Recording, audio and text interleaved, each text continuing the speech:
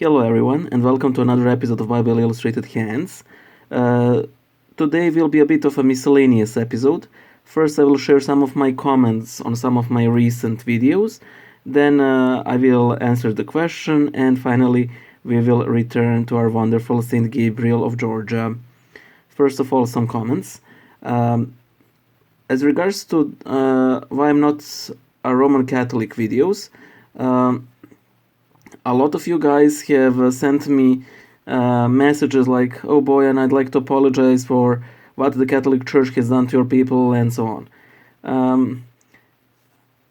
I'm very flattered that you sent those. I mean, it's really nice of you, and I'm pretty sure that Christ will bless such wonderful mentality you guys have, but I don't hold the entire Catholic Church culpable for it.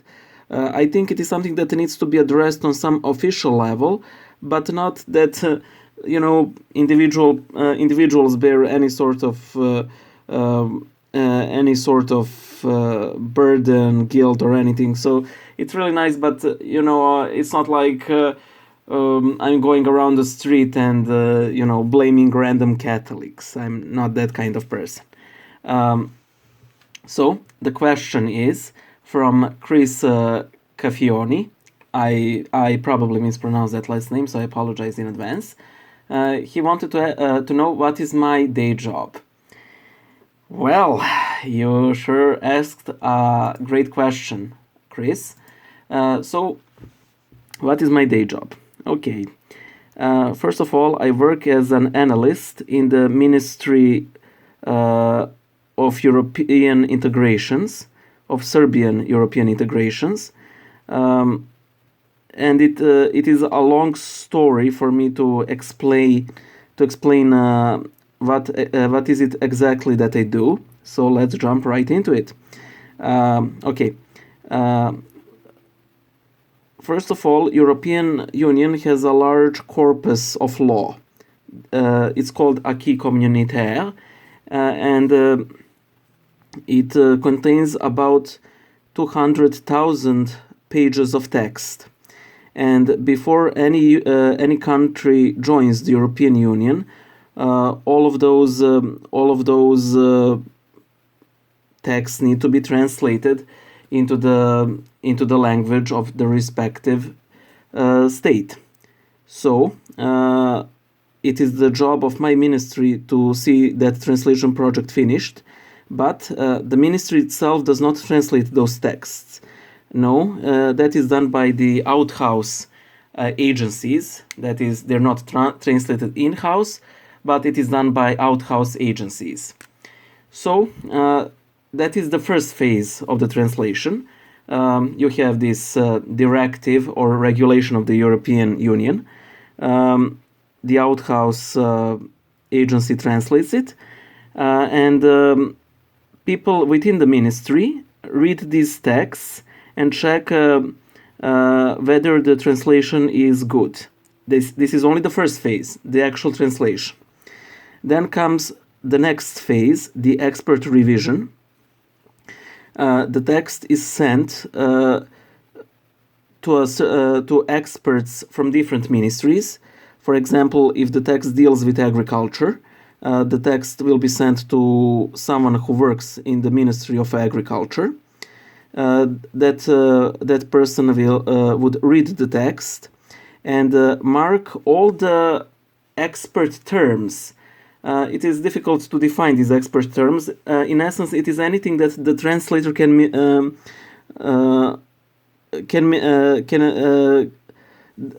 it is anything that where a translator can make a mistake. Like how to translate a genetically modified organism, or how to translate some kind of fish that us Serbs never really encountered, and so on. After that's done, the text is sent to analysts, me among others. We read the text again. We mark any terms that the expert might have missed, and then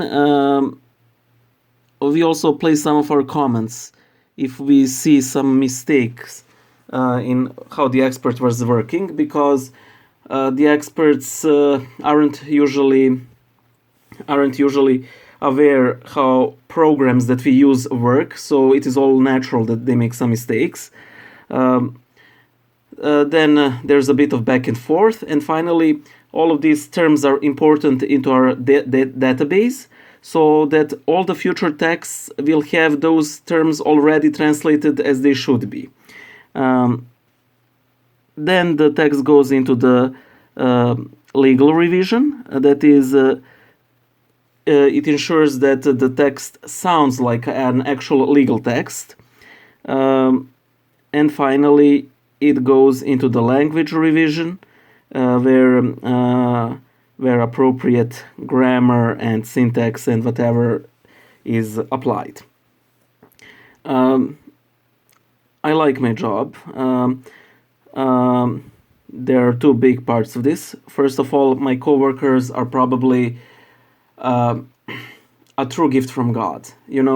I don't think I consider it a special grace from Lord Himself that I have managed to meet such amazing people.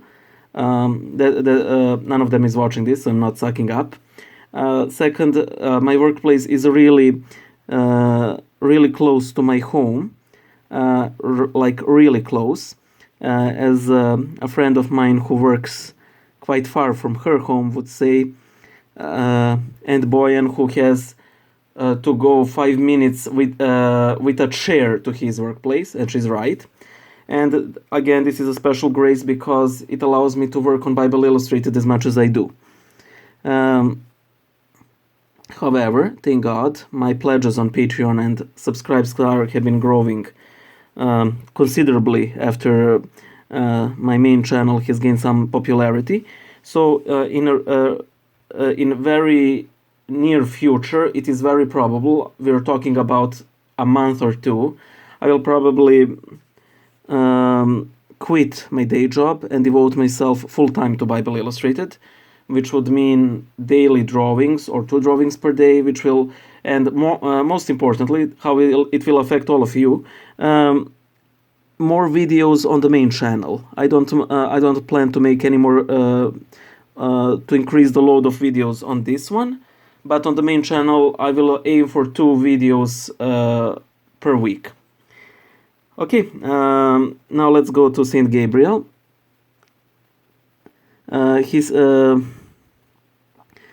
He had this amazing story of a monk who saw a dog dying of thirst, and the monk gave that dog some water, and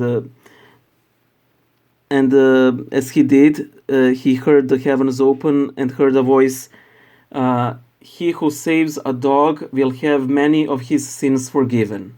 And Saint Gabriel would say, just imagine how many more sins are covered when we help our fellow man. And he would constantly quote